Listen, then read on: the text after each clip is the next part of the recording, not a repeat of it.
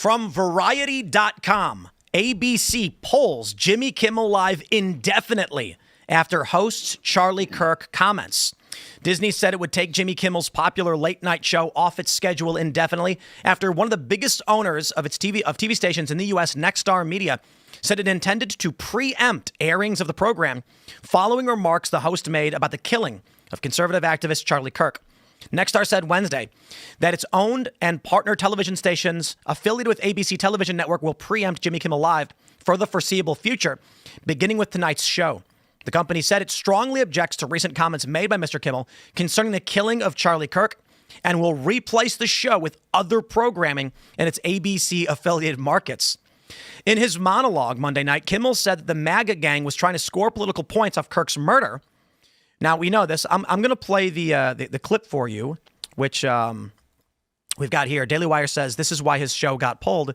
Just take a listen. We had some new lows over the weekend with the MAGA gang desperately trying to characterize this kid who murdered Charlie Kirk as anything other than one of them and doing everything they can to score political points from it. In between the finger pointing, there was grieving. On Friday, the White House flew the flags at half staff, which got some criticism. But on a human level, you can see how hard the president is taking this. My condolences on the loss of your friend Charlie Kirk. May I ask, sir, personally, how are you holding up over the last day and a half, sir? I think very good. And by the way, right there, you see all the trucks? They've just started construction of the new ballroom for the White House, which is something they've been trying to get, as you know, for about 150 years. And it's going to be a beauty. Yes. He's at the fourth stage of grief, construction. Demolition, construction. This is not how an adult grieves the murder of someone he called a friend. This is how a 4-year-old mourns a goldfish, okay? That was insane for a variety of reasons. One, trying to imply that the shooter was a Trump supporter and then mocking Donald Trump. Not going to be honest, I don't think Trump actually heard what the guy said. Mm-hmm. It's loud. There's a helicopter, and the guy says, "How are you holding up?" And Trump's just like gives a generic response. Yeah, good. Look what they're doing. I don't know. Sound like he didn't hear what he had to say because Trump's made many statements about this. Now, here's where it begins. Nexstar Media Group issued this press release earlier today. Nexstar ABC affiliates to preempt Jimmy Kimmel Live indefinitely beginning tonight. They said Mr. Kimmel's comments about the death of Mr. Kirk are offensive and insensitive at a critical time in our national political discourse. And we do not believe they reflect the spectrum of opinions, views, or values of the local communities in which we are located, said Andrew Alford, president of Nexstar's broadcasting division. Continuing to give Mr. Kimmel a broadcast platform in the communities we serve is simply not in the public interest at the current time. And we have made the difficult decision to preempt his show in an effort to let cooler heads prevail as we move toward the resumption of respectful, constructive dialogue. Now, this also followed statements from the FCC chair on Benny Johnson's show saying, that effectively, you can't do things like this, right? We hit some new lows of the weekend with the MAGA gang desperately trying to. Of course, that's Kimmel's statement. And this was Brendan Carr appearing on Benny's show. And they describe it as issuing threats against ABC and Disney. Now, NBC News has responded by saying that ABC pulled the show after the FCC threatened them, as if to make it appear as though the Trump administration got Jimmy Kimmel fired, when actually this was a private business interest that did it. And I'm going to give you a couple reasons real quick before we launch into the panel why this is likely the case. For one, I think Hassan made a great point. I didn't actually hear him say it, but it was reported in the New York Times that he was concerned about the death of Charlie Kirk because he could be next. And I think many of these television network execs, seeing the vitriol, are also concerned that if violence escalates, these people at the top of these networks they will be doxxed, they will be known. Nobody wants to live that way.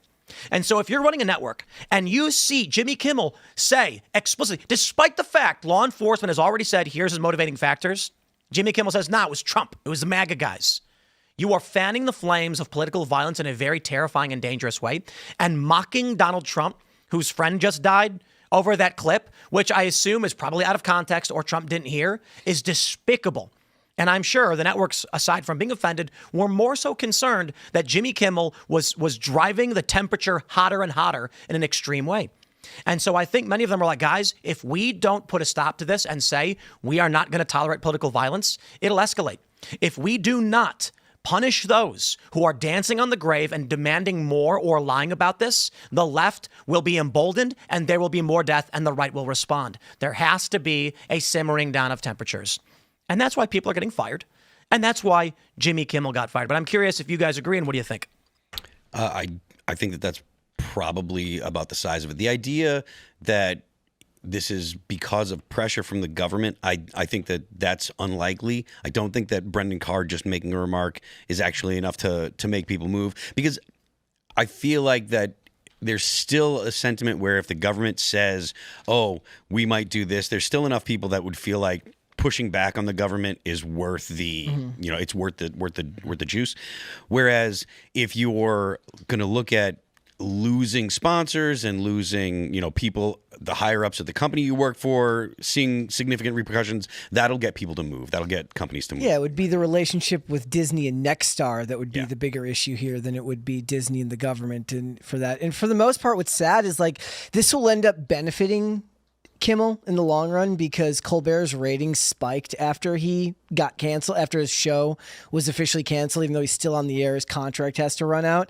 And the most profitable aspect of his whole show right now is like their YouTube views are very high. And I wouldn't be surprised if they end up moving him away from terrestrial television entirely, because this is a dying business model. The ratings in general for late night TV are, me and Tate were talking about it before the show now, are heavily dependent on whether there's sports on television at all these days. The ratings have been down consistently. And the funny thing is, Kimmel is number 2 in the ratings on late night, next to Colbert, who's already been canceled because his ratings are garbage. So everybody knows that this type of television is a dying model anyways. Why would you fan the flames in something that's so incendiary right now in a world where you hire 100 writers to work on these shows, which is why they cost a fortune to make and they lose money on every episode? Why with 100 writers could you not find a more palatable way to try to get your point across? You can't, because your point is disgusting. I actually think, as to your point about being second in ratings, we know that Colbert was costing them tens of millions of dollars per year. I think Kimmel was as well, but they didn't know how to end his contract, or they couldn't end his contract. It ends next year in 2026. Indeed. I imagine they were probably saying, we're not going to renew it, but we can't do anything right now. This pops up, and now they have a morality clause exemption to terminate his contract. And I'm sure they said, let's pull it. Yeah. In addition to what you're saying about them not wanting to be associated with this side of things from potential vigilantes, they probably don't want the DOJ or related groups to see them as part of the Antifa, Soros network that could be getting rolled up or at least investigated. Because one thing you've seen on Twitter this week is the media companies, the media cable channels being really lumped in with that whole network of NGOs, nonprofits, law firms. So this could be a way to distance themselves. Wait, Serge, is this fact check true?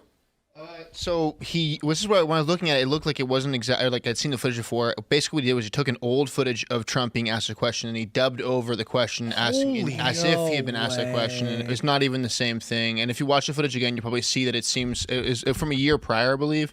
But he dubs over the question kind of poorly. The reverb kind of gives it away. But yeah, I guess you can see it again. But wow, hold on, let's play it. Yeah. See how hard the president is taking this. My condolences on the loss of your friend Charlie Kirk. May I ask, sir, personally, how are you holding up over the last day and a half, sir? I think very good. And by the way, right there, you see all the trucks. They just started. So wait, what? I'm trying from what I'm understanding when I've asked AI about this. From what I understand is that it was from a previous clip. I don't think that's from the same thing. They just dubbed the audio. Right. So I don't know if I believe that, man. That's I don't know. huge. I'm not sure. I would explain why it got canceled. Yeah, like so Serge asked AI, and it said that the clip of Donald Trump originally aired in 2024, and so you what did you ask ChatGPT this right now? Yeah, basically what I know. I asked Grok. I haven't asked any other AIs. I just did when I first heard you talk about it. So I'm trying to figure it out right now. Let's fact check that, because that sounds crazy. Yeah, Kimmel played. It's what it's telling me is Kimmel played the 2024 clip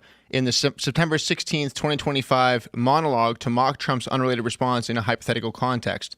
But he didn't really make it clear that it's a hypothetical context or anything like that. Like I did remember. It sparked accusations of decontextualization from conservative outlets like Fox News and New York Post.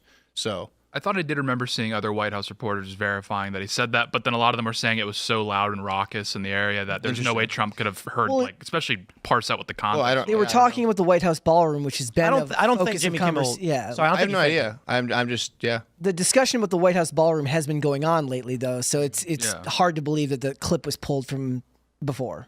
Yeah, I don't know. Like I said, I'm currently. Oh, right, they're doing the renovations right now. Yeah, so that Yeah, seems okay, that because. That seemed way crazier. Yeah. I mean, the part about characterizing him as MAGA is already crazy. That's something that's so verifiably proven false already, but they don't care. And that's one bridge too far as it is, which is why I'm sure a lot of people believe that Disney's issue here is that he lied outright about something like that's a whole other thing to edit that clip in such a deceptive way. Thanks for checking out this clip from Timcast IRL. Make sure to watch the show live Monday through Friday at 8 p.m. Subscribe to this channel, and we will see you all there.